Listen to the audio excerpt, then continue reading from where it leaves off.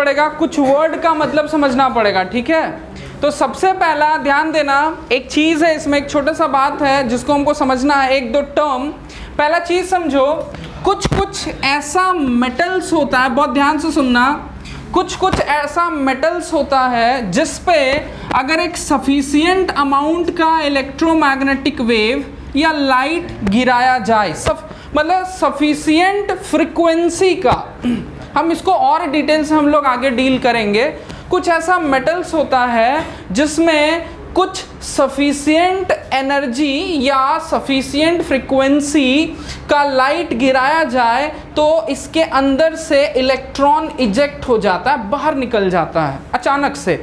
जैसे लाइट गिरा मेटल पे, इलेक्ट्रॉन निकल गया, ठीक है।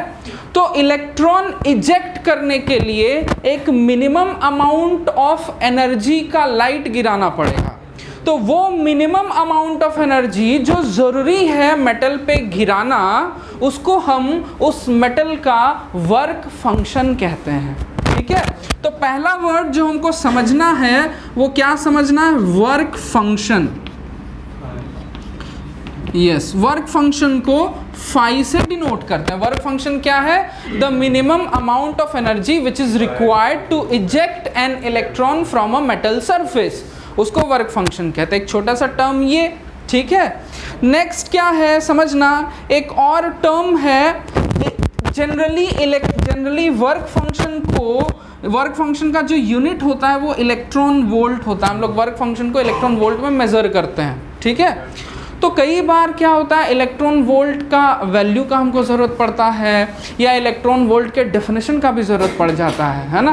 तो इलेक्ट्रॉन वोल्ट होता है, बिल्कुल पढ़ा है, केमिस्ट्री में भी पढ़ा है, फिजिक्स में भी हम लोग पहले पढ़ चुके हैं। इलेक्ट्रॉन वोल्ट का डेफिनेशन हम लोग कर चुके हैं। इलेक्ट्रॉन वोल्ट का डेफिनेशन क्या होता है समझना, एक इलेक्ट्रॉन को किसी दो ऐसे पॉइंट के बीच अगर हम ट्रेवल कराते हैं जिनके बीच का पोटेंशियल डिफरेंस 1 वोल्ट है, सपोज करो दो पॉइंट है, इन पॉइंट के बीच का पोटेंशियल डिफरेंस 1 वोल्ट है, हम एक इलेक्ट्रॉन को यहाँ से यहाँ ट्रैवल कराएंगे ना, तो उस इलेक्ट्रॉन में जो एनर्जी आ जाएगी वो एनर्जी एक इलेक्ट्रॉन वोल्ट के बराबर होती है ना। तो हमको पता है, बहुत ध्यान से सुनना, कि जो एनर्जी होती है वो चार्ज इनटू पोटेंशियल डिफरेंस होता है, ठीक है। और चार्ज मतलब जिस चार्ज को हम इस पॉइंट से इस पॉइंट तक लाएंगे उस चार्ज का वैल्यू, तो इलेक्ट्रॉन को ले जा रहे तो इलेक्ट्रॉन के चार्ज का वैल्यू क्या होता है, कितना कूलम, और दोनों के बीच का पोटेंशियल डिफरेंस क्या है, 1 वोल्ट, है ना। ध्यान देना, तो अगर हम ये एनर्जी फाइंड करना चाहते हैं, 1 इलेक्ट्रॉन वोल्ट एनर्जी क्या होता है, तो हम ऐसे फाइंड कर सकते हैं, इतना जूल होता है 1 इलेक्ट्रॉन वोल्ट में।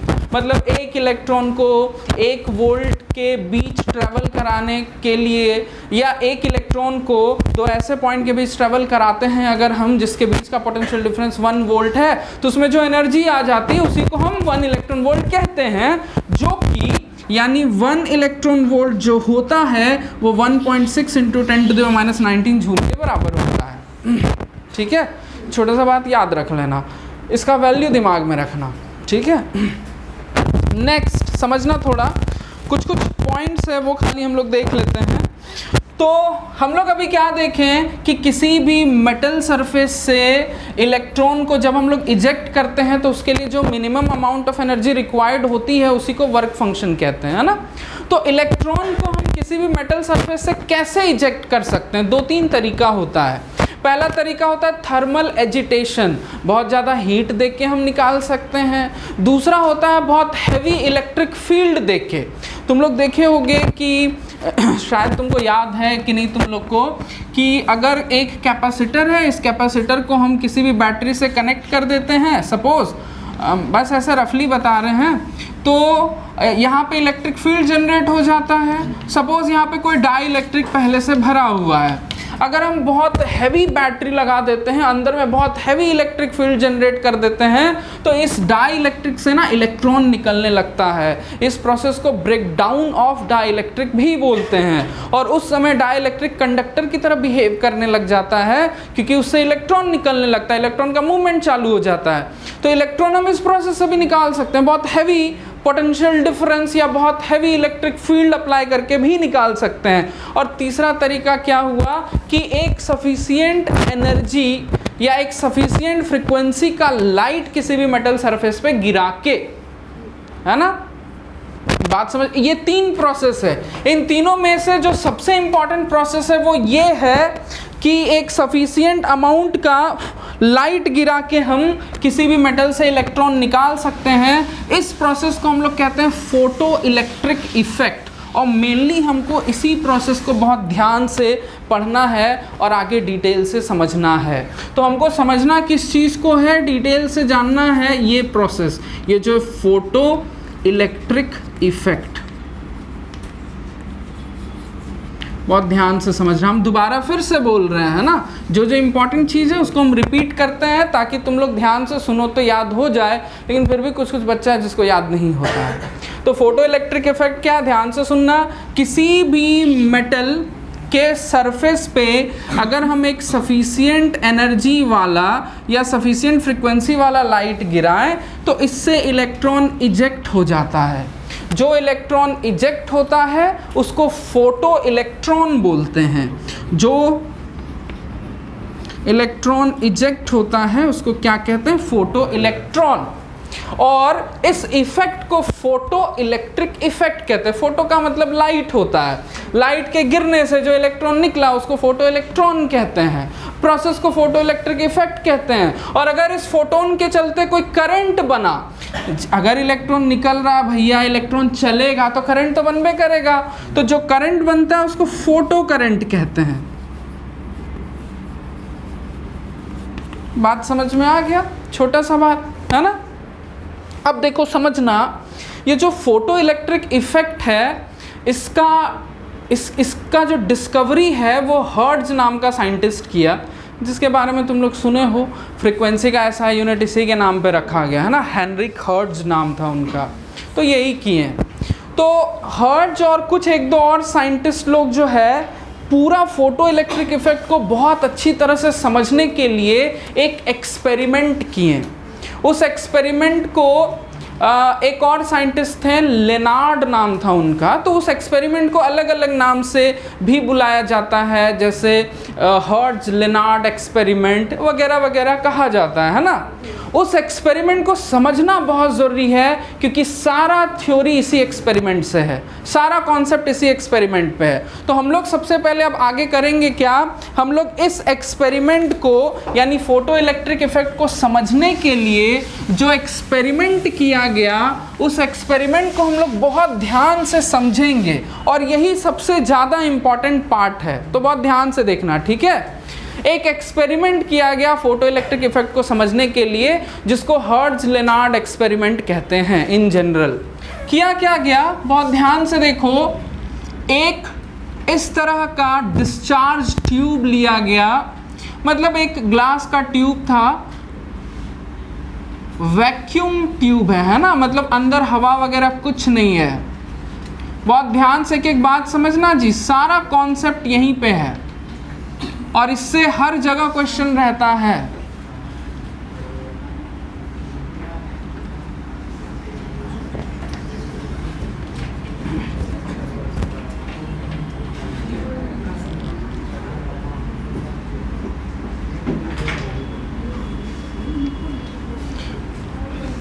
एक समझना, एक ट्यूब है ग्लास का जिसमें, या इस तरह से एक वैक्यूम ट्यूब है और ये एकदम अंदर से खाली, कुछ भी नहीं है, वैक्यूम है ना। और इसमें क्या किया गया, दो गो प्लेट ऐसे डाला गया, एक प्लेट यहाँ पे है और एक प्लेट यहाँ पे है, ठीक है। इन दोनों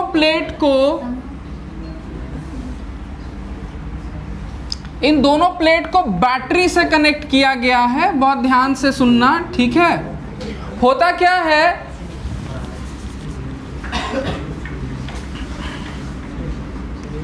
इस प्लेट पे लाइट आके गिरता है, इस प्लेट पे लाइट आके गिरता है और यहां से फोटो इलेक्ट्रॉन इजेक्ट होता है, ठीक है।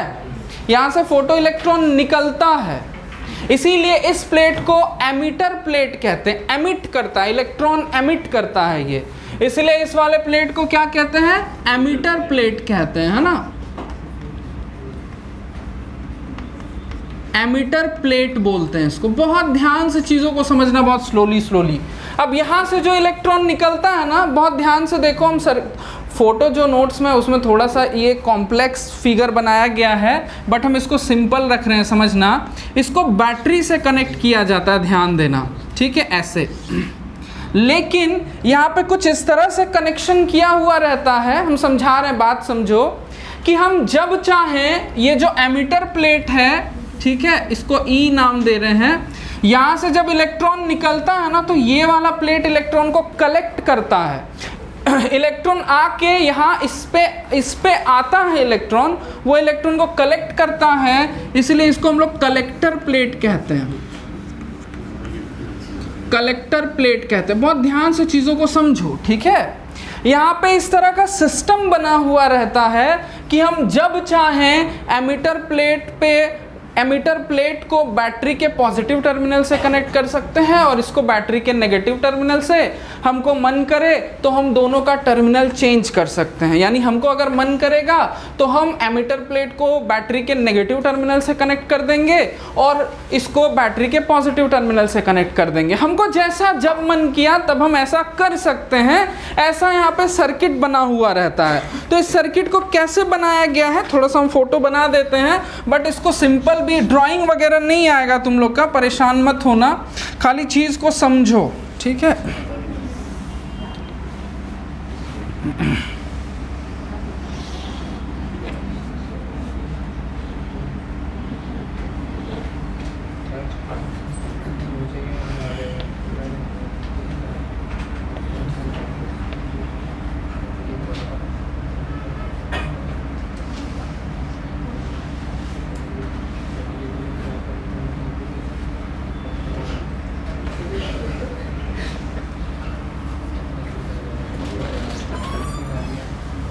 दे दो।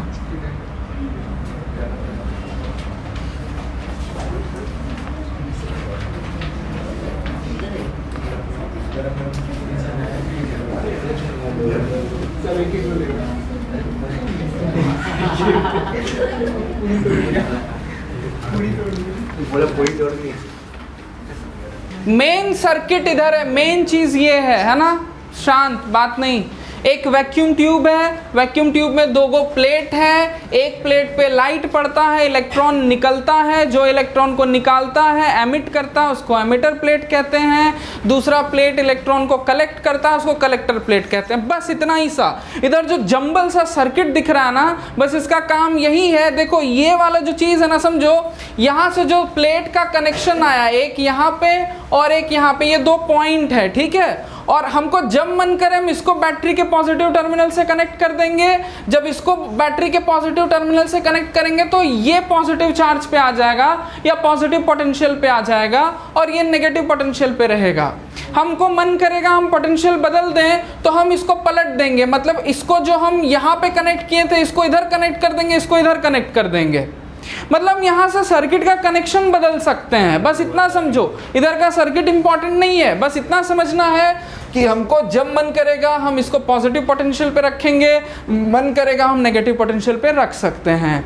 यानी हमको अभी मन कर रहा है तो हम अभी बैटरी के पॉजिटिव टर्मिनल से कनेक्ट करके रखे हुए हैं, हमको मन करेगा हम बैटरी के नेगेटिव टर्मिनल से कनेक्ट कर देंगे।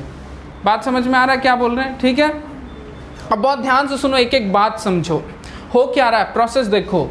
यहाँ से लाइट आके एमिटर प्लेट पे गिर रहा है, एमिटर प्लेट से इलेक्ट्रॉन निकल रहा है और वो इलेक्ट्रॉन, बहुत ध्यान से सुनना, वो इलेक्ट्रॉन यहाँ से निकला और वो इलेक्ट्रॉन धीरे धीरे ऐसे करते करते कलेक्टर प्लेट पे आएगा। बहुत ध्यान से सुनो बात को, ठीक है। कलेक्टर इन जनरल स्टार्टिंग में कलेक्टर प्लेट को बैटरी के पॉजिटिव टर्मिनल से कनेक्ट करते हैं, तो कलेक्टर प्लेट इन इलेक्ट्रॉन्स को अपने तक पहुंचने में मदद करता है। इलेक्ट्रॉन यहाँ पे निकला, ये पॉजिटिव चार्ज है तो वो इलेक्ट्रॉन को खींचता है अपनी तरफ और इलेक्ट्रॉन इसकी तरफ आता है, कलेक्टर प्लेट पे पहुंचता है। बात समझ में आ रहा है हम क्या बोल रहे हैं, ठीक है। अब यहाँ पे जो इलेक्ट्रॉन निकला और इलेक्ट्रॉन के यहाँ से यहाँ तक पहुँचने पे जो करंट बना उसको फोटो करंट या फोटो इलेक्ट्रिक करंट कहते हैं, ठीक है। समझ रही है संगम? हाँ। अब देखो फोटो इलेक्ट्रिक करंट जो है वो अलग अलग चीज़ों पे डिपेंड करता है।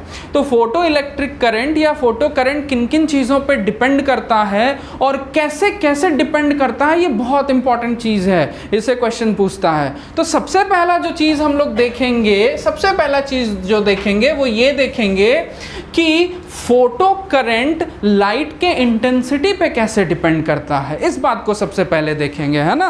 तो पहला जो चीज है वो है इफेक्ट ऑफ, एक एक पॉइंट को बहुत ध्यान से सुनना और समझना, ठीक है।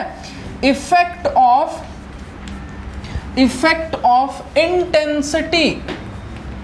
Intensity of light on photo current, ये पहला चीज है, फोटो करंट।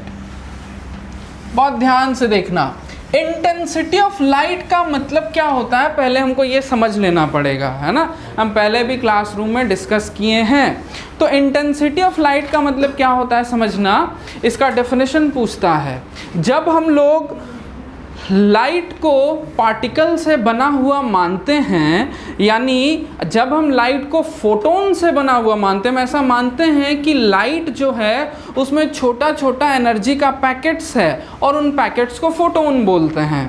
तो जब वो फोटोन या वो लाइट जब गिरता है तो उसकी इंटेंसिटी को कुछ इस तरह से डिफाइन किया जाता है, बहुत ध्यान से सुनना।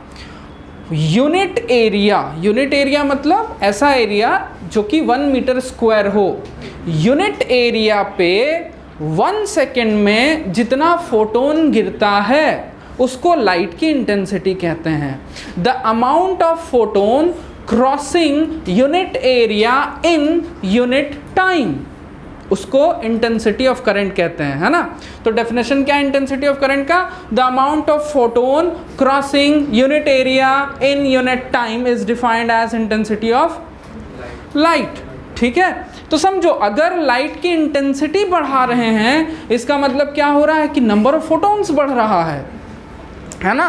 तो ऐसा देखा गया, बहुत ध्यान से सुनो, कि अगर सफिशिएंट एनर्जी का लाइट हम गिरा रहे हैं ना तो हर एक फोटोन एक इलेक्ट्रॉन को निकालता है। बहुत ध्यान से सुनो जो बोल रहे हैं, है ना। हर एक फोटोन एक इलेक्ट्रॉन को निकालता है। तो अगर हम लाइट की इंटेंसिटी बढ़ा दें, यानी नंबर ऑफ फोटोन्स जो आके गिर रहा है वो बढ़ जाएगा, तो नंबर ऑफ इजेक्टेड इलेक्ट्रॉन्स बढ़ जाएगा ना जी। अगर नंबर ऑफ इजेक्टेड इलेक्ट्रॉन्स बढ़ जाएगा तो करंट बढ़ जाएगा ना। नंबर ऑफ इलेक्ट्रॉन्स बढ़ गया मतलब चार्ज बढ़ गया, चार्ज बढ़ गया तो करंट बढ़ गया, है कि नहीं। तो इससे क्या पता चलता है कि अगर हम इंटेंसिटी को बढ़ाते हैं तो फोटो करंट भी बढ़ता है। ये बात क्लियर है। अगर हम इंटेंसिटी को इंक्रीज कर दिए, है ना, इंटेंसिटी अगर बढ़ी, समझना इंटेंसिटी बढ़ने का मतलब क्या है, नंबर ऑफ फोटोन्स बढ़ना, नंबर ऑफ फोटोन्स का बढ़ना। और अगर ज़्यादा नंबर ऑफ फोटोन आके गिर रहा है तो ज़्यादा नंबर ऑफ इलेक्ट्रॉन निकालेगा, है ना। तो नंबर ऑफ इलेक्ट्रॉन्स बढ़ गया, नंबर ऑफ इजेक्टेड या नंबर ऑफ फोटो इलेक्ट्रॉन्स कह सकते हैं, नंबर ऑफ इजेक्टेड इलेक्ट्रॉन्स बढ़ गया जी, ठीक है। तो फोटो करंट बढ़ गया। कोई दिक्कत समझ में आ गया। इससे क्या पता चलता है कि फोटो करंट जो है वो इंटेंसिटी के डायरेक्टली प्रोपोर्शनल होता है। तो इसका अगर ग्राफ बनाए तो ग्राफ कुछ इस तरह से बन सकता है, यस, कि अगर हम फोटो करंट को इधर प्लॉट करें और इंटेंसिटी को इधर प्लॉट करें, इंटेंसिटी को इधर प्लॉट करें तो एक स्ट्रेट लाइन बनेगा। क्लियर है एक चीज़, पहला बात क्लियर हुआ ना, ठीक है, ठीक। नेक्स्ट जो टॉपिक है, मतलब नेक्स्ट जो चीज़ है समझना ध्यान से, effect of potential on photo electric current. Photo electric current का पोटेंशियल मतलब फोटो इलेक्ट्रिक करंट, ये जो प्लेट्स है ना, इन प्लेट्स के पोटेंशियल पे कैसे डिपेंड करेगा, ये बहुत इंपॉर्टेंट चीज़ है। इन सब का ग्राफ समझना बहुत इंपॉर्टेंट है ना। तो effect of potential on photo electric current, effect of potential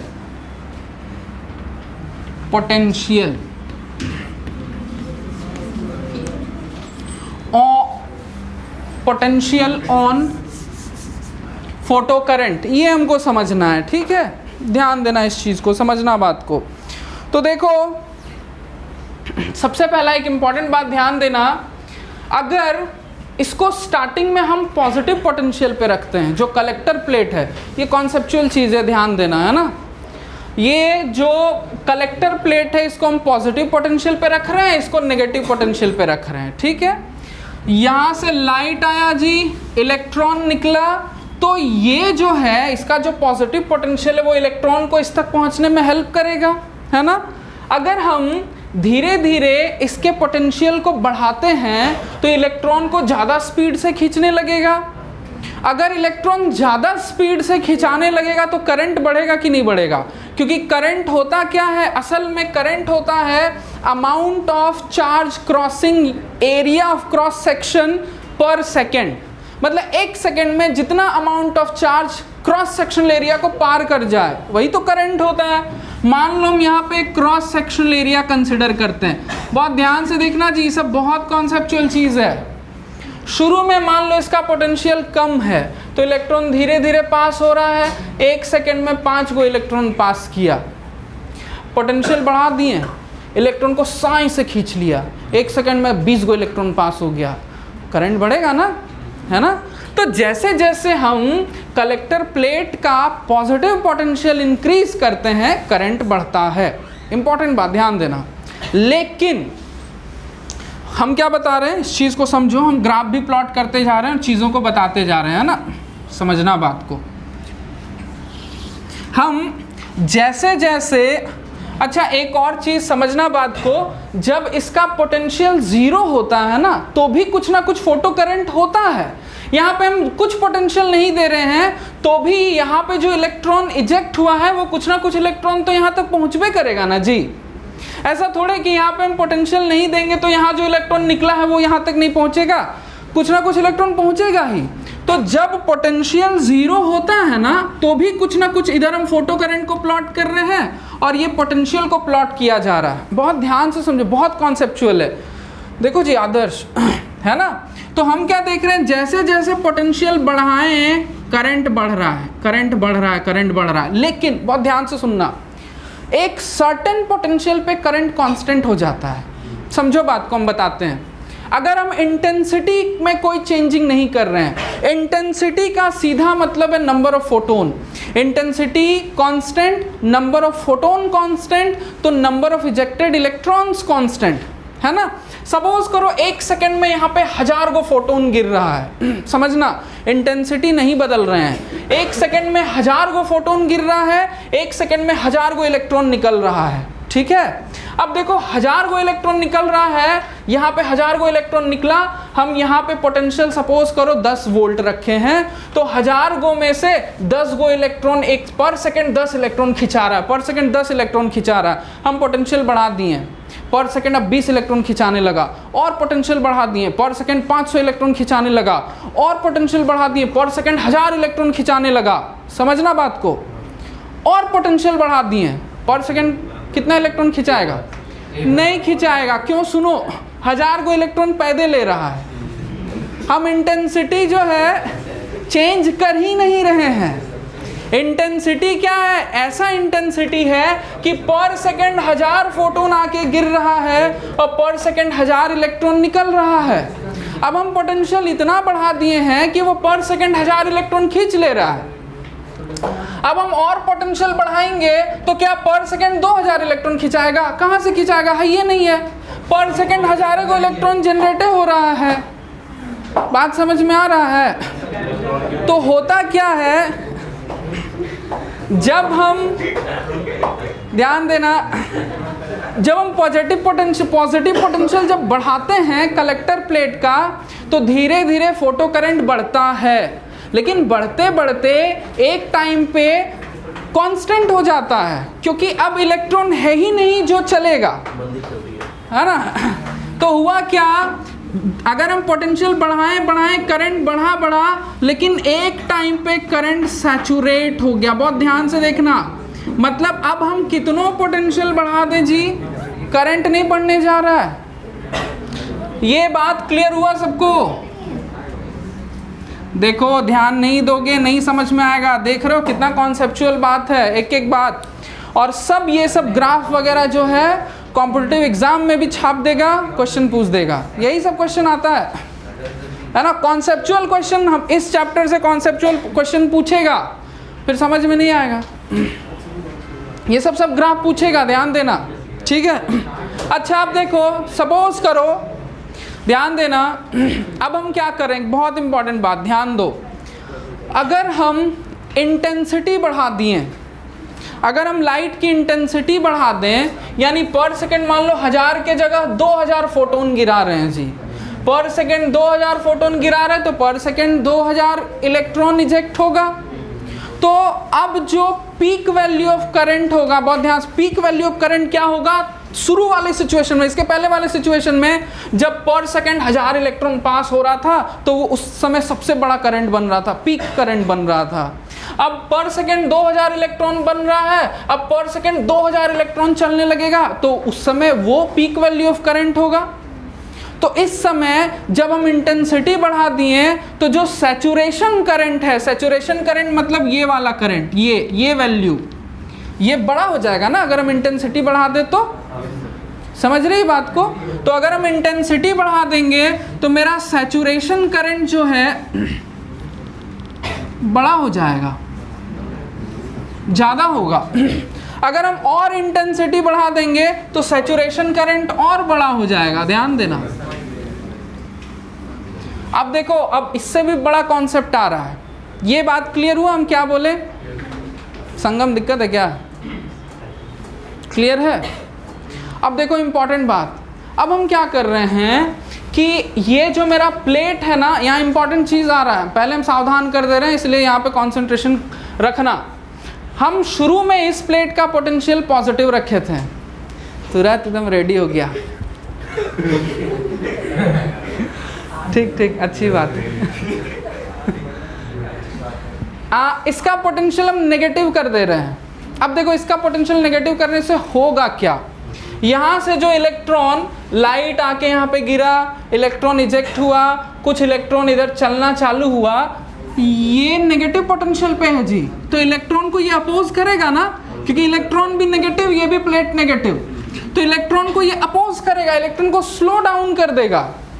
यानी अगर हम इस प्लेट यानी कलेक्टर प्लेट का पोटेंशियल नेगेटिव कर दें तो फोटो इलेक्ट्रॉन कम होने लगेगा, क्योंकि उसका स्पीड कम हो जाएगा, फोटो इलेक्ट्रॉन का स्पीड कम हो जाएगा, इससे फोटो करंट कम होने लगेगा। इलेक्ट्रॉन जो पहले स्पीड से गुजरता था, अच्छा खासा करंट जनरेट करता था, अब स्लो डाउन हो जाएगा तो करंट कम हो जाएगा ना, क्योंकि पर सेकंड अब कम फोटोन गुजरने लगेगा किसी भी क्रॉस सेक्शन से।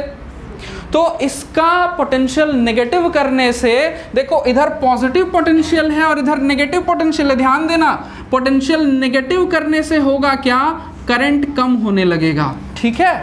और सपोज करो हम धीरे धीरे नेगेटिव पोटेंशियल बढ़ा रहे हैं, यानी शुरू में अगर यहाँ पे -5 वोल्ट दिए थे, -10 वोल्ट कर दे रहे हैं, -15 वोल्ट कर दे, धीरे धीरे करंट और कम होगा, धीरे धीरे करंट और कम होगा। अब यहाँ पे हम इसका नेगेटिव पोटेंशियल को बढ़ाते बढ़ाते बढ़ाते इतना बढ़ा दे रहे हैं कि एको को इलेक्ट्रॉन यहाँ से यहाँ नहीं पहुँचने पा रहा है। बात समझ में आ रहा है? सारा इलेक्ट्रॉन रिपेल हो जा रहा है, मतलब ये सारा इतना हैवी नेगेटिव पोटेंशियल हो गया कि सारा इलेक्ट्रॉन को उधर रिपेल कर दे रहा है, किसी को पहुँचने नहीं दे रहा है।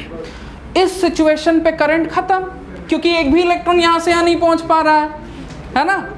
तो वो ध्यान देना, सुनो, कलेक्टर प्लेट का वो नेगेटिव पोटेंशियल जो इलेक्ट्रो करंट को ख़त्म कर देता है, ज़ीरो कर देता है, उसको स्टॉपिंग पोटेंशियल कहते हैं या कट ऑफ पोटेंशियल कहते हैं। इंपॉर्टेंट डेफिनेशन है, ठीक है।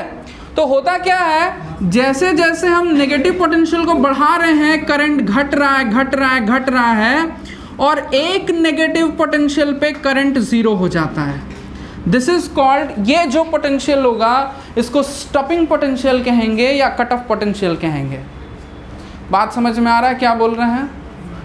अब एक बहुत इंपॉर्टेंट चीज़ है, ध्यान देना, इन तीनों ग्राफ को ध्यान से देख लिया। ये ग्राफ क्या है, सपोज करो ये I1 इंटेंसिटी का ग्राफ है, हम यहाँ पे वर्ड में करंट लिख दे रहे हैं। ये I2 इंटेंसिटी का ग्राफ है, ये I3 इंटेंसिटी का ग्राफ है। क्या बोला बाबू? बस इस टॉपिक को ख़त्म करके छोड़ दे रहे हैं, है ना। ध्यान देना, सुनो सुनो। अब देखो स्टॉपिंग पोटेंशियल है क्या? वो पोटेंशियल जो एक भी इलेक्ट्रॉन को एमिटर प्लेट से कलेक्टर प्लेट पे नहीं पहुंचने दे रहा है, वो पोटेंशियल जो मैक्सिमम स्पीड से आने वाले इलेक्ट्रॉन को भी रोक दे रहा है। एक बहुत इंपॉर्टेंट बात समझना, जब हम कोई एनर्जी के लाइट को प्लेट पे गिराते हैं ना, सपोज करो हम 10 जूल एनर्जी का लाइट को गिराएं प्लेट पे, तो हर एक फोटोन की एनर्जी 10 जूल है। हम एक एग्जांपल ले रहे हैं, समझो बात को, ठीक है। हर एक फोटोन जो यहाँ पे गिर रहा है उसकी एनर्जी 10 जूल है और वर्क फंक्शन 5 ही जूल है सपोज करो, यानी इलेक्ट्रॉन को निकालने में 5 जूल एनर्जी कंज्यूम हो रहा है। तो हम 10 जूल का फोटोन गिराएं, 5 जूल एब्जॉर्ब हो गया, इलेक्ट्रॉन इजेक्ट हो गया, बाकी जो 5 जूल है वो भी इलेक्ट्रॉन को मिल जाता है और इलेक्ट्रॉन उस बचे हुए 5 जूल के काइनेटिक एनर्जी से भागना चालू कर देता है। मतलब समझो, हम एक बार फिर से बोलते हैं, किसी भी फोटोन में जितना टोटल एनर्जी होता है ना, वो अगर किसी भी मेटल पे जाके गिरता है, किसी इलेक्ट्रॉन पे गिरता है, तो अपना सारा एनर्जी उसी को दे देता है। मान लो एक फोटोन आके गिरा इलेक्ट्रॉन पे, फोटोन में 10 जूल का एनर्जी है, तो पूरा का पूरा अपना 10 जूल वो फोटोन जो इलेक्ट्रॉन को दे दिया। अब इलेक्ट्रॉन को निकलने के लिए मान लो 2 जूल का जरूरत था, तो 2 जूल एब्जॉर्ब करके इलेक्ट्रॉन निकला, लेकिन पूरा 10 जूल उसके पास है ना, तो बाकी का 8 जूल उसका काइनेटिक एनर्जी बन जाता है और वो इलेक्ट्रॉन फिर 8 जूल के काइनेटिक एनर्जी से भागना चालू हो जाता है। बात समझ में आ रहा है क्या बोल रहे हैं? ठीक है। एक इंपॉर्टेंट चीज़ और सुन लो खाली ध्यान से, किसी भी लाइट के फोटोन की एनर्जी उसके फ्रीक्वेंसी पे डिपेंड करती है। हमको पता है जो एनर्जी होता है वो h न्यू होता है। लाइट के फ्रीक्वेंसी पे डिपेंड करती है एनर्जी उस लाइट की। जितना ज़्यादा फ्रीक्वेंसी, रुक जाओ 2 मिनट दे दो, हड़बड़ाने लगता है सब, तो फिर हमको डबल मेहनत करना पड़ जाएगा, फिर से दोबारा ये सब छापना पड़ेगा।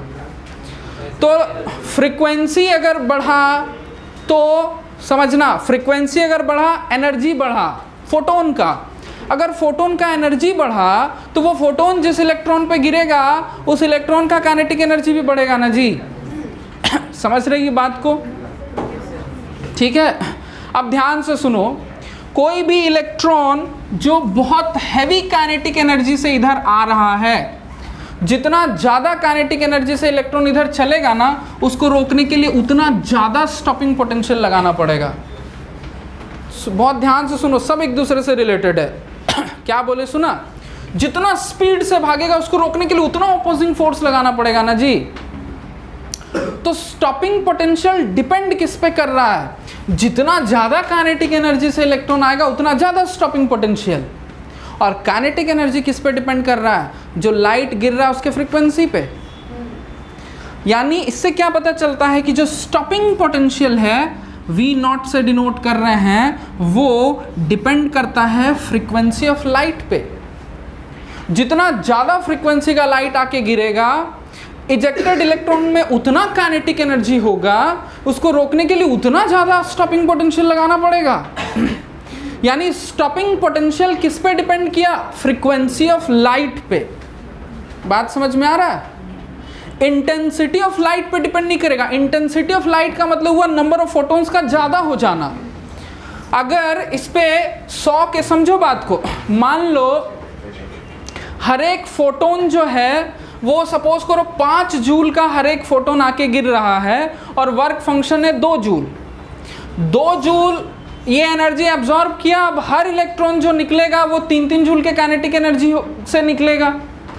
हर इलेक्ट्रॉन में 3-3 जूल का काइनेटिक एनर्जी होगा।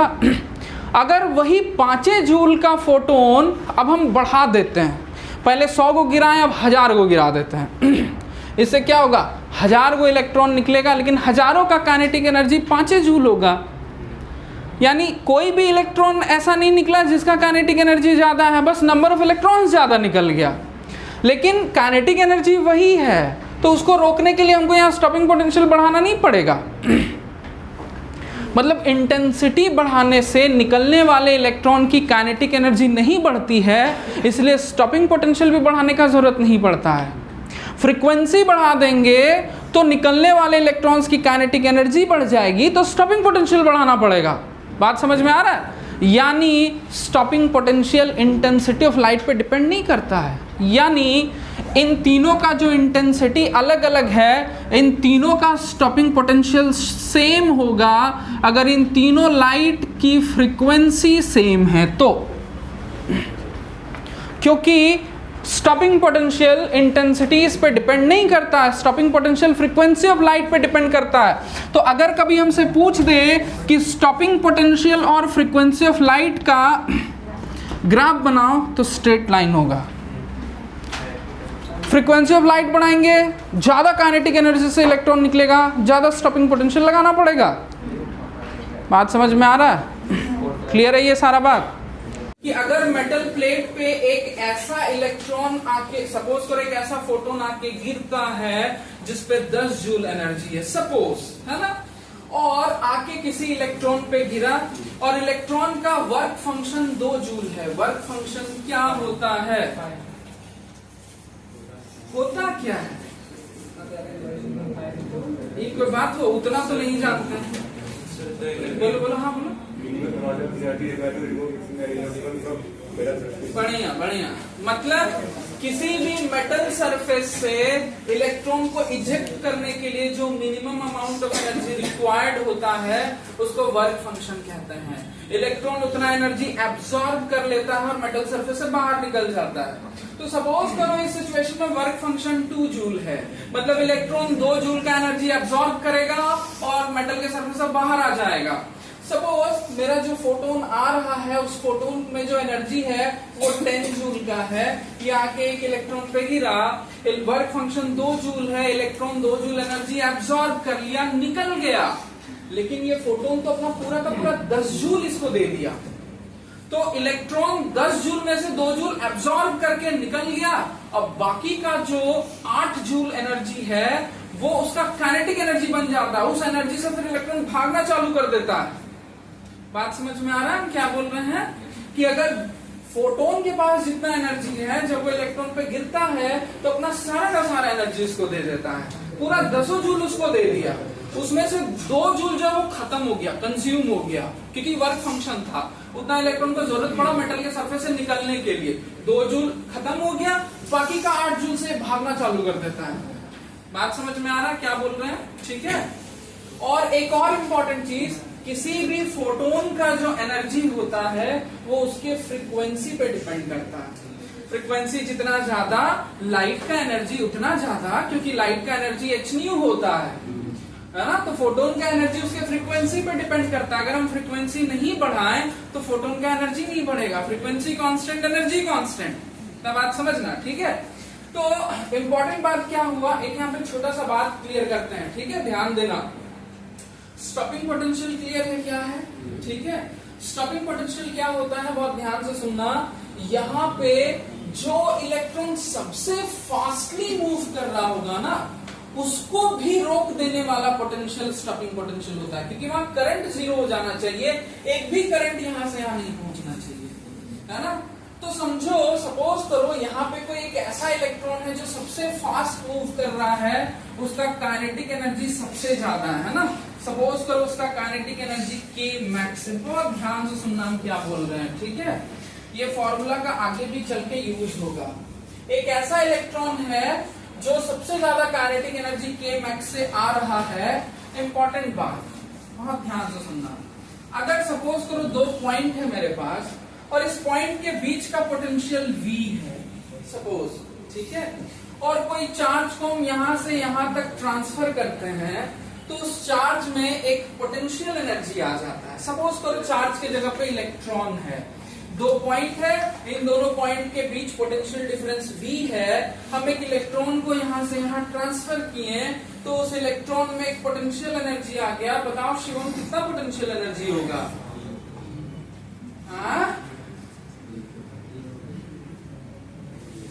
Q इंटू V होता है। चार्ज इनटू पोटेंशियल डिफरेंस होता है। अगर एक पॉइंट से दूसरे पॉइंट तक किसी भी चार्ज को ट्रेवल कराया जाता है और उस पॉइंट के बीच पोटेंशियल डिफरेंस v है, ध्यान से सुनो, तो यही दिक्कत है, घर में तो पढ़ता नहीं है, हम एक चीज को 4 बार बोलते हैं, 4 बार क्या 10 बार बोलते हैं, फिर भी तुम लोग को याद नहीं होता है। लानत है ऐसा बुद्धि पर। फिर से बोल दे रहे हैं, सुन लो, अगर 2 पॉइंट है मेरे पास स्पेस में कहीं पे भी और इस पॉइंट के बीच का पोटेंशियल डिफरेंस v है, ठीक है, तो v पोटेंशियल डिफरेंस अगर है और हम इस पॉइंट से इस पॉइंट तक किसी भी चार्ज को लेके जाते हैं तो उस चार्ज में एक पोटेंशियल एनर्जी हो जाता है। उस पोटेंशियल एनर्जी का formula u is equal to q into v होता है। सेकेंड चैप्टर में पढ़े हम लोग इस चीज को, है ना। अच्छा, यहाँ पे चार्ज तो इलेक्ट्रॉन है ना जी, तो हम यहाँ पे q की जगह पे e लिख देते हैं। तो अगर कोई बहुत ध्यान से देखो जो हम बोल रहे हैं आगे, अच्छा इससे भी क्वेश्चन रहता है, तो इन दोनों प्लेट के बीच का पोटेंशियल डिफरेंस v है जिसको स्टॉपिंग पोटेंशियल बोल रहे हैं। सपोज करो, समझना बात को बहुत ध्यान से, ठीक है। एक इलेक्ट्रॉन यहां से चलना चालू किया, उसका काइनेटिक एनर्जी k मैक्स है, लेकिन वो यहां तक आते आते सपोज करो रुक गया, ठीक है, तो उसमें एक पोटेंशियल एनर्जी आ गया और वो जो काइनेटिक एनर्जी उसमें था वही उसका पोटेंशियल एनर्जी बन गया, कन्वर्ट हो गया काइनेटिक एनर्जी पोटेंशियल एनर्जी में। तो k मैक्स जो है वो E इंटू वी नॉट में कन्वर्ट हो गया, पोटेंशियल एनर्जी में कन्वर्ट हो गया। खूब फास्टली आ रहा था, धीरे धीरे स्लो होकर रुक गया। तो क्या हुआ, काइनेटिक एनर्जी पोटेंशियल एनर्जी में कन्वर्ट हो गया, है ना। तो kinetic energy is equal to potential energy हो गया, ठीक है। तो समझना, ये फॉर्मूला ध्यान में रखना, इसको हम आगे यूज करेंगे, लिखा हुआ है नोट्स में, लिखा होगा ये चीज, आगे यूज करेंगे, है ना। अच्छा, तो ये बात अभी के लिए था, आगे यूज होगा। फिर फिलहाल हम लोग यहाँ पे आते हैं। हम लोग क्या देखें कि अगर इसका पोटेंशियल हम नेगेटिव करते हैं तो धीरे धीरे पोटेंशियल नेगेटिव में बढ़ाते जाते एक ऐसा पोटेंशियल आता है जिसपे करंट खत्म हो जाता है, उस पोटेंशियल को स्टॉपिंग पोटेंशियल बोलते हैं, ठीक है। अब इम्पोर्टेंट बात है, स्टॉपिंग पोटेंशियल कितना होगा वो डिपेंड करेगा कि यहाँ निकलने वाला इलेक्ट्रॉन कितना स्पीड से जा रहा है। जितना स्पीड से इलेक्ट्रॉन जा रहा है उसको रोकने के लिए आपको उतना हाई नेगेटिव पोटेंशियल लगाना पड़ेगा, और इलेक्ट्रॉन कितना स्पीड से जा रहा है ये डिपेंड करेगा कि कितना एनर्जी का फोटोन आके गिर रहा है। ज्यादा एनर्जी का फोटोन आके गिरेगा तो निकलने वाले इलेक्ट्रॉन को ज्यादा एनर्जी मिलेगा, तो इलेक्ट्रॉन ज्यादा स्पीड से आएगा, तो उसको रोकने के लिए ज्यादा स्टॉपिंग पोटेंशियल लगाना पड़ेगा, है ना।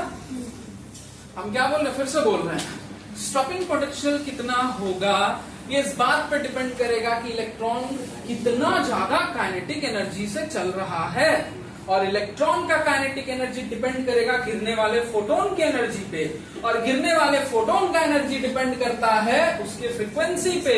इससे सीधी बात पता चलता है कि स्टॉपिंग पोटेंशियल डायरेक्टली प्रोपोर्शनल होता है गिरने वाले लाइट के फ्रीक्वेंसी पे। जितना ज्यादा फ्रीक्वेंसी का लाइट गिरेगा इलेक्ट्रॉन को उतना ज्यादा काइनेटिक एनर्जी मिलेगा, उसको रोकने के लिए उतना ज्यादा स्टॉपिंग पोटेंशियल लगाना पड़ेगा। लाइट पे डिपेंड करेगा। इंटेंसिटी का मतलब क्या होता है, अगर हम इंटेंसिटी ऑफ लाइट बढ़ा दें तो हम नंबर ऑफ फोटोन्स बढ़ा देंगे, गिरने वाला नंबर ऑफ फोटोन्स बढ़ा देंगे, लेकिन इंटेंसिटी बढ़ाने से नंबर ऑफ फोटोन्स बढ़ता है, यानी नंबर ऑफ फोटोन्स बढ़ गया लेकिन हर फोटोन का एनर्जी वही है। अब हर फोटोन का एनर्जी वही है तो निकलने वाले इलेक्ट्रॉन्स का एनर्जी वही रहेगा, तो उसको रोकने के लिए ज्यादा पोटेंशियल लगाने का जरूरत है नहीं, है ना। तो इससे ये पता चलता है कि जो स्टॉपिंग पोटेंशियल है वो इंटेंसिटी ऑफ लाइट पे डिपेंड नहीं करता है, स्टॉपिंग पोटेंशियल केवल फ्रीक्वेंसी ऑफ लाइट पे डिपेंड करता है। तो इससे हम ये बात बोल सकते हैं कि अगर अलग अलग इंटेंसिटी का लाइट गिराया जाए लेकिन उसका फ्रीक्वेंसी सेम ही है, अगर सपोज करो ये अलग अलग इंटेंसिटी का लाइट है लेकिन फ्रीक्वेंसी सेम है, तो सबका जो स्टॉपिंग पोटेंशियल है वो सेम होगा, सबका स्टॉपिंग पोटेंशियल सेम हो जाएगा। स्टॉपिंग पोटेंशियल फ्रीक्वेंसी के डायरेक्टली प्रोपोर्शनल होता है। क्यों होता है एक्सप्लेन हम कर दिए, ठीक है। तो अगर तुमको ग्राफ बनाने के लिए दे कि आप स्टॉपिंग पोटेंशियल वर्सेस फ्रीक्वेंसी का ग्राफ बनाइए। इधर फ्रीक्वेंसी को प्लॉट कर रहे हैं, इधर स्टॉपिंग पोटेंशियल को प्लॉट कर रहे हैं, तो directly frequency versus stopping potential का ग्राफ जो होता है ना, वो डायरेक्टली प्रोपोर्शनल होता है। ध्यान देना, ऐसा ग्राफ होता है। आगे हम बताएंगे कि ग्राफ यहीं से क्यों स्टार्ट हुआ है, इस पर भी हम डिस्कस करेंगे, ठीक है। अच्छा, मतलब इस ग्राफ से क्या पता चल रहा है कि फ्रीक्वेंसी अगर बढ़ाते जाएंगे तो स्टॉपिंग पोटेंशियल बढ़ता जाएगा, यही बात पता चल रहा है ना। अच्छा, ध्यान देना, ये क्या बता रहा है, समझो ये किस चीज को बता रहा है कि एक बात समझना, ये सारा कहानी जो हम सारा जो सब कुछ पढ़ रहे हैं, ये सब कुछ यानी क्या जो भी ये सारा सिचुएशन पढ़ रहे हैं ना, ये सब चीज जो स्टार्ट होता है वो किसी एक फिक्स फ्रीक्वेंसी पे स्टार्ट होता है। हम लोग पहले भी बात कर चुके हैं कि ये जो तुम्हारा क्या नाम है, इसका नाम भूल जा रहा है, कौन इफेक्ट पढ़ रहे हैं? फोटो इलेक्ट्रिक इफेक्ट, है ना। तो जो फोटो इलेक्ट्रिक इफेक्ट है, हम लोग क्या बात की, इसको बहुत ध्यान से सुनना। अगर कोई मेटल का सरफेस है, इस बात को थोड़ा ध्यान से समझना, एक मेटल का सरफेस है, तो उसमें अगर कोई इलेक्ट्रॉन है, तो इस इलेक्ट्रॉन को निकालने के लिए हमको एक फिक्स्ड अमाउंट का एनर्जी इसमें देना पड़ेगा, जिसको वर्क फंक्शन कहते हैं। तो हमको एक फिक्स्ड एनर्जी वाला लाइट भी तो इस पे गिराना पड़ेगा।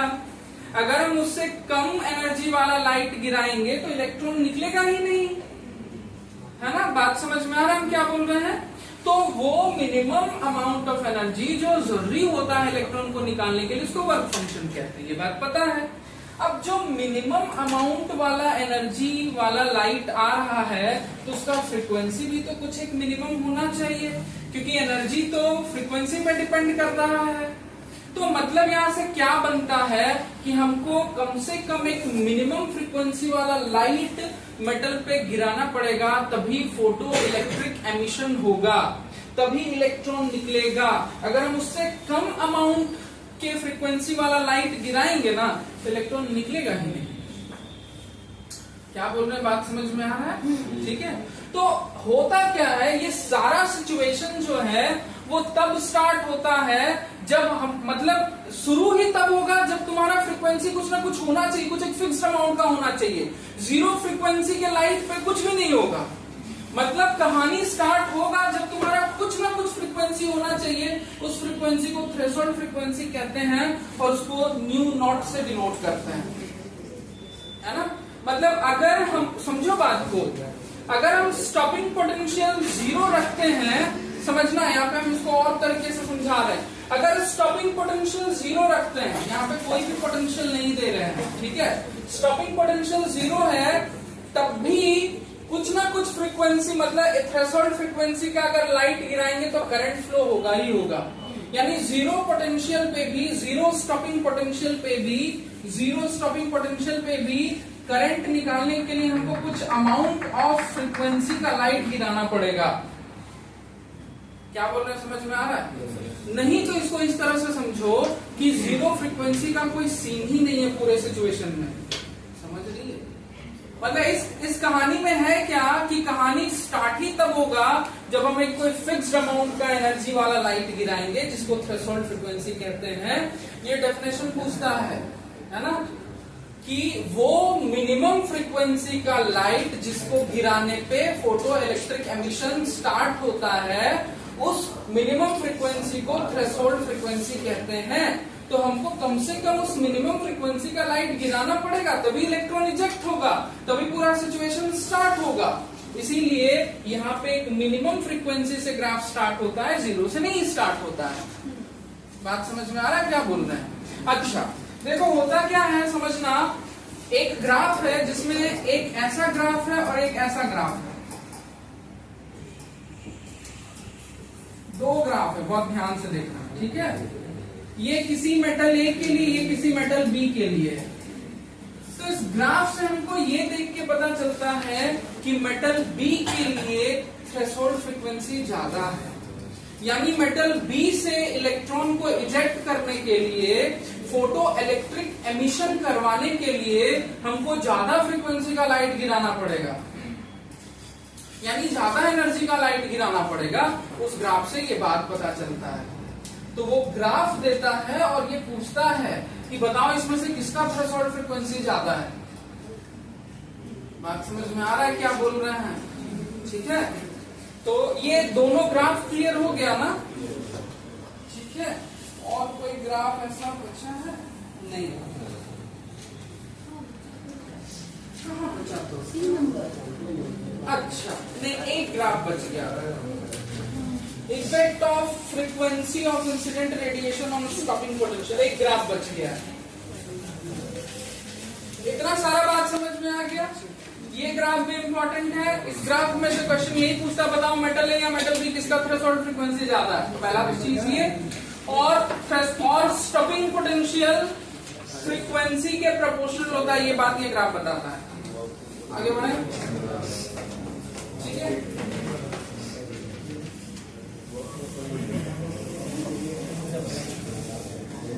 थोड़ा ध्यान देना जी, थोड़ा ध्यान देना। हम यही वाला ग्राफ ध्यान देना, इसी ग्राफ को हम थोड़ा दूसरे तरीके से बनाते हैं, है ना? तरीका दूसरा होगा, थोड़ा सा दूसरा इंफॉर्मेशन होगा।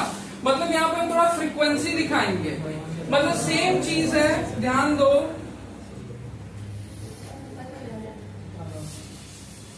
इधर करंट है, ठीक है, आई से डिनोट छोटा आई लिख देते हैं, ठीक है फिलहाल हम।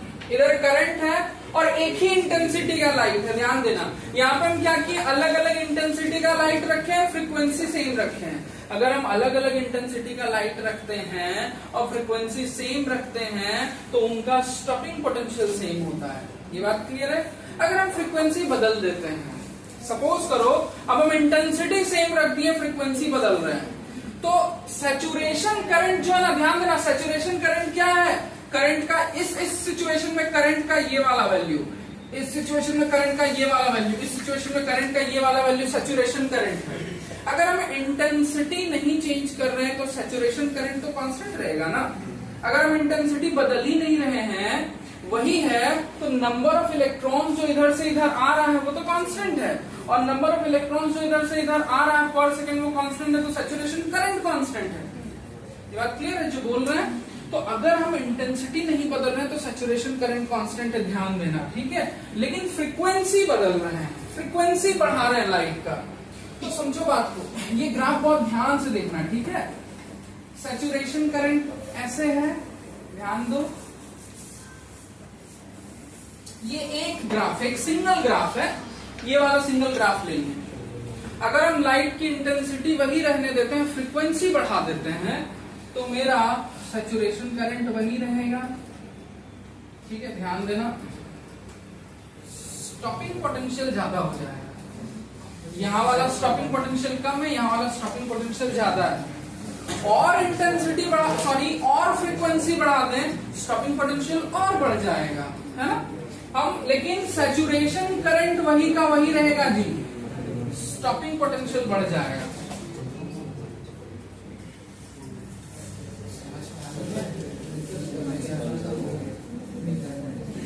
ये बात क्लियर हुआ? तो ये जो है ना, सपोज करो ये स्टॉपिंग पोटेंशियल किसी फ्रीक्वेंसी पे है, किसी फ्रीक्वेंसी 1 पे है, ये किसी फ्रीक्वेंसी 2 पे है, ये किसी फ्रीक्वेंसी 3 पे है। यहाँ पे इस सिचुएशन क्या, ये जो हिडन फैक्ट है ना, इसको समझना। यहाँ पे V3 जो, सॉरी, ν3 ज्यादा है, ν2 से कम है, ν1 सबसे कम है। समझ में? बोलो बोलो। अरे कोई भी पूछ रहा, पूछो ना। जैसे वहाँ पॉइंट लेंगे यहाँ पे ले सकता, तो माइनस आपका कम हुआ और माइनस हो जाता। देखो यहाँ क्या है, नेगेटिव पोटेंशियल ज्यादा होना। जैसे अगर हम यहाँ पे नेगेटिव साइन डिनोट कर रहा है कि यहाँ पे जो पोटेंशियल है वो नेगेटिव है।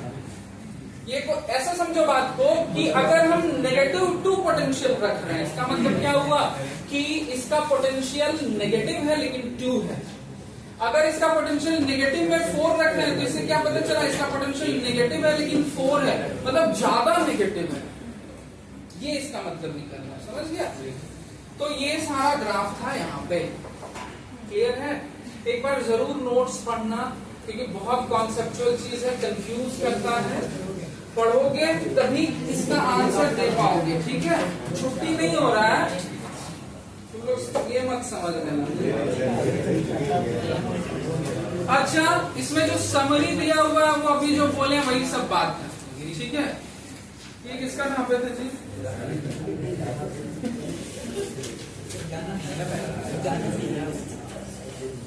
चलो ध्यान देना, नेक्स्ट जो टॉपिक है वो टॉपिक है Einstein's photo electric theory and equation. इसे भी क्वेश्चन आता है, पूरा थ्योरेटिकल चीज है, हम खाली पढ़ पढ़ के सुना देंगे। सबके पास नोट्स है, एक्सप्लेन कर देंगे, नोट सब लोग देखते चलना जी, ठीक ना। मतलब सबसे पहले जब ये एक्सपेरिमेंट हुआ तो इस एक्सपेरिमेंट को ऑब्जर्व करके आइंस्टाइन क्या क्या कंक्लूजन निकाले उसके बारे में, ठीक है। तो पहला जो पॉइंट निकलता है समझना वो क्या है कि photoelectric effect does not take place by continuous absorption of energy from radiation. समझाते समझो ये क्या बोलता है, सुनना मेरी बात। कि इस एक्सपेरिमेंट को देख के ये बात पता चला कि अगर एक सफिशिएंट फ्रीक्वेंसी, बहुत इंपॉर्टेंट बात है, अगर एक सफिशिएंट फ्रीक्वेंसी का लाइट जैसे मेटल पे गिरता है वैसे इलेक्ट्रॉन निकल जाता है। मतलब ध्यान से सुनो, ऐसा नहीं होता है कि लाइट, मान लो अगर हम एक बीम लाइट गिराएं या एक कम एनर्जी का लाइट गिराएं और ज्यादा देर तक गिराएं तब इलेक्ट्रॉन नहीं निकलेगा। इंपॉर्टेंट बात, इसको समझना, थोड़ा फिर से बताते हैं, समझो बात। सपोज करो कि एक मेटल प्लेट है, इससे इलेक्ट्रॉन को निकालने के लिए हमको 10 जूल का एनर्जी चाहिए, सपोज करो, ठीक है। अगर हमको कितना एनर्जी चाहिए, यहाँ पे वर्क फंक्शन कितना है, 10 जूल। बहुत इंपॉर्टेंट बात है, ध्यान देना, ठीक है।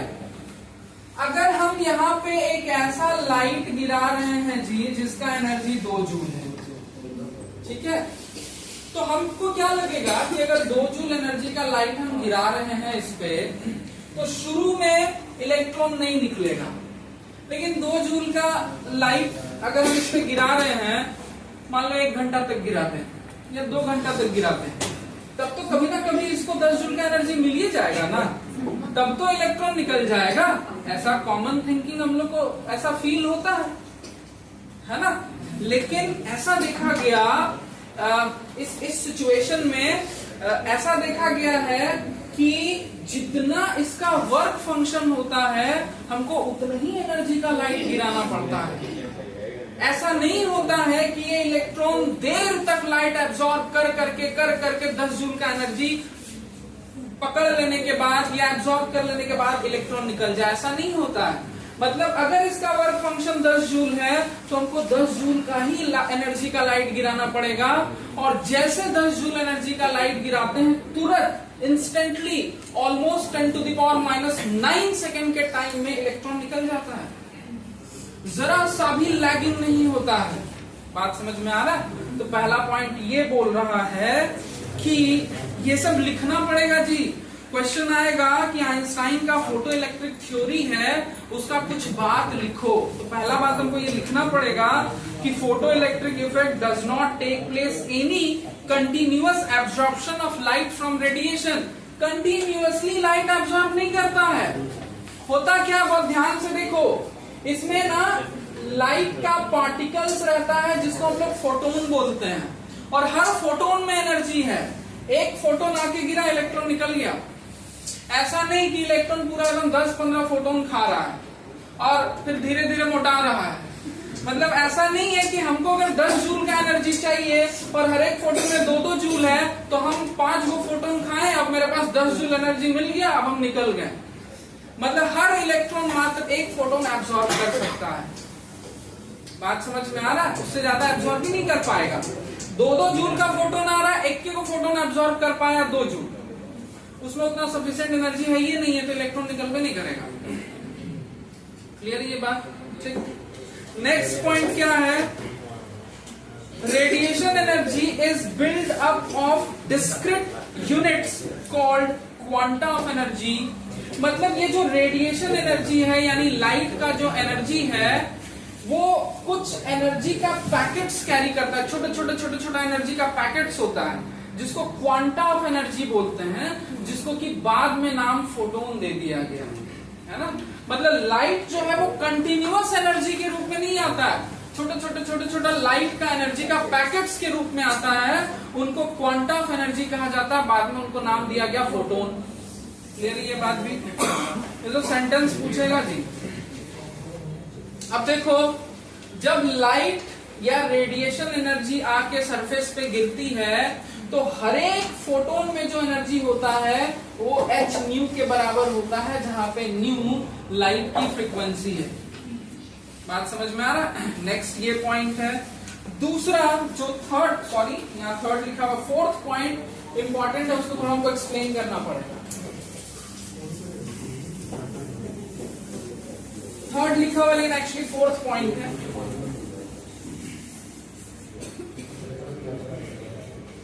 ध्यान देना, ध्यान से सुनो।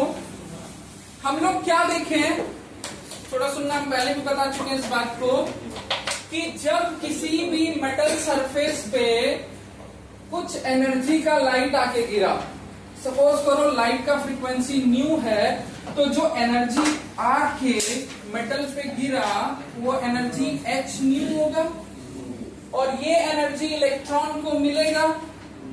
सपोज करो इलेक्ट्रॉन का वर्क फंक्शन फाई है, तो फाई एनर्जी एब्जॉर्ब कर लिया, और बचा हुआ एनर्जी से, या बचा हुआ एनर्जी उसका काइनेटिक एनर्जी बन गया, और उस बचे हुए एनर्जी से वो इलेक्ट्रॉन भागने लगा। ठीक है, ध्यान देना। तो अगर हम यहाँ पे एक इलेक्ट्रॉन को सेलेक्ट करें जिसका मैक्सिमम काइनेटिक एनर्जी है, तो बहुत ध्यान से सुनना, इतना एनर्जी उस इलेक्ट्रॉन को मिला, ठीक है, और इसमें से फाई एनर्जी माइनस हो गया, तो जो बचा वो काइनेटिक एनर्जी है उसका। यही तो हम बोल रहे हैं इतना देर से। ठीक है, टोटल उस पे इतना एनर्जी गिरा, इतना एनर्जी माइनस हो गया, तो जो एनर्जी बच रहा है वो उसका काइनेटिक एनर्जी है, और उस स्पेशल इलेक्ट्रॉन को ले लें जिसका मैक्सिमम काइनेटिक एनर्जी है, तो हम ऐसे लिख सकते हैं, है ना। इतना एनर्जी इलेक्ट्रॉन को मिला, इतना एब्जॉर्ब हो गया, जो बच गया उतना उसका काइनेटिक एनर्जी बन गया। ये जो यहाँ पे लिखा हुआ ना, इसको ध्यान देना, इसी को हम लोग कहते हैं आइंस्टाइन फोटो इलेक्ट्रिक इक्वेशन। इससे क्वेश्चन पूछता है, या तो डायरेक्ट पूछ लेता है, ठीक है, या इससे रिलेटेड क्वेश्चन पूछता है, हम आगे डील करेंगे। अच्छा देखना, न्यू को हम लोग c बाय लैम्डा लिख सकते हैं जी, ऐसे लिख दिए, ध्यान देना, ठीक है।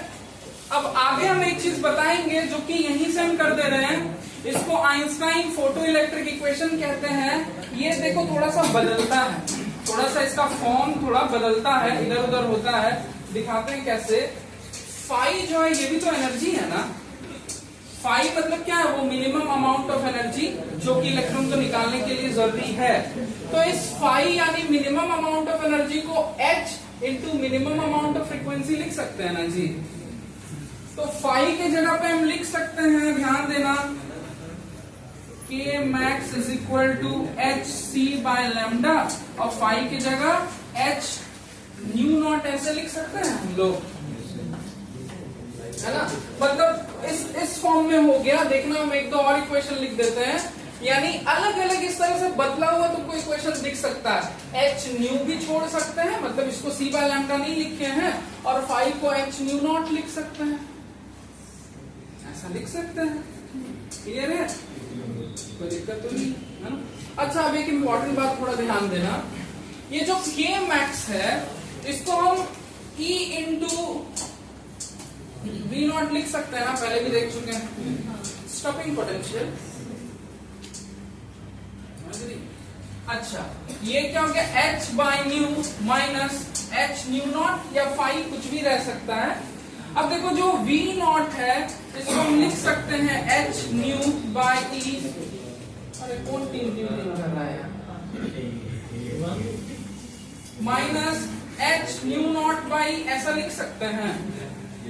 ध्यान देना, ये वाला टर्म कांस्टेंट है जी, ये भी कांस्टेंट और ये भी कांस्टेंट, एक्चुअली में ये तो वर्क फंक्शन है। अब बहुत ध्यान से देखो, ये इक्वेशन लीनियर इक्वेशन है ना, y is equal to mx plus c के फॉर्म में नहीं है, जहां पे न्यू तुम्हारा x की तरह है, ठीक है। अब देखो ये क्या बताता है, ये एक लीनियर इक्वेशन है, stopping potential directly proportional frequency के। मतलब आइंस्टाइन का ये जो इक्वेशन है ना, ये इस बात को प्रूफ करता है जिस बात को हम उस एक्सपेरिमेंट से रिजल्ट के रूप में निकाले थे। उस एक्सपेरिमेंट से हम रिजल्ट के रूप में निकाले थे कि स्टॉपिंग पोटेंशियल फ्रीक्वेंसी के डायरेक्टली प्रोपोर्शनल है। आइंस्टाइन की इस इक्वेशन से वो बात पता चल रहा है कि जो स्टॉपिंग पोटेंशियल है वो फ्रीक्वेंसी के डायरेक्टली प्रोपोर्शनल है। बात समझ में आ रहा है क्या बोल रहे हैं? ठीक है, तो ये बात यहाँ पे समझना। तो आइंस्टाइन का जो फोटो इलेक्ट्रिक इक्वेशन है कुछ भी ऐसे दे सकता है, तो अपना तुम समझ लेना मेन ये वाला मेन फॉर्म है, ये वाला मेन फॉर्म है, ठीक है। ये पूछ सकता है, डायरेक्टली पूछ सकता है, ध्यान देना।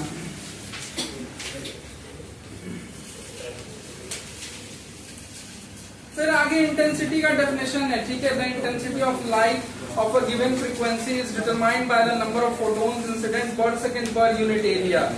सब वही सब बात लिखा हुआ है ना। Increasing the intensity will increase the number of emitted। जितना बात हम बोले वो बात लिखा हुआ है, मतलब पढ़ोगे तो ये बात रिकॉल होने लगेगा कि हम सुने थे ये बात। पढ़ना पड़ेगा, नहीं पढ़ने से नहीं होगा।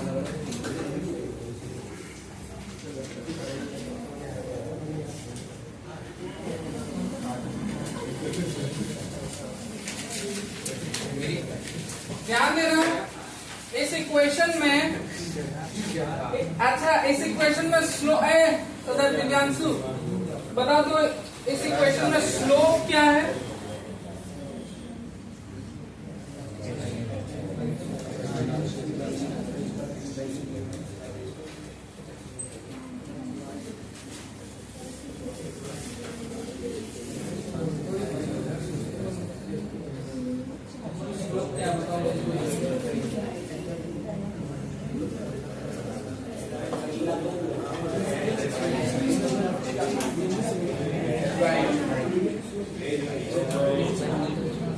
अगर हम इसको इस इक्वेशन से कंपेयर करें तो ध्यान देना ये y हो गया, ठीक है, न्यू x हो जाता है, ठीक है। ध्यान देने से पता चलेगा, जो ध्यान नहीं दिया वो उसको हो सकता है थोड़ा कंफ्यूजन होगा। न्यू वेरिएबल है जी, समझना। हम यहाँ पे क्या बताए थे कि स्टॉपिंग पोटेंशियल न्यू के डायरेक्टली प्रोपोर्शनल होता है। तो ये जो h/e है ये स्लोप है, ठीक है, और ये कांस्टेंट है ना। 5 मिनट रुक जाओ, खत्म कर देते हैं।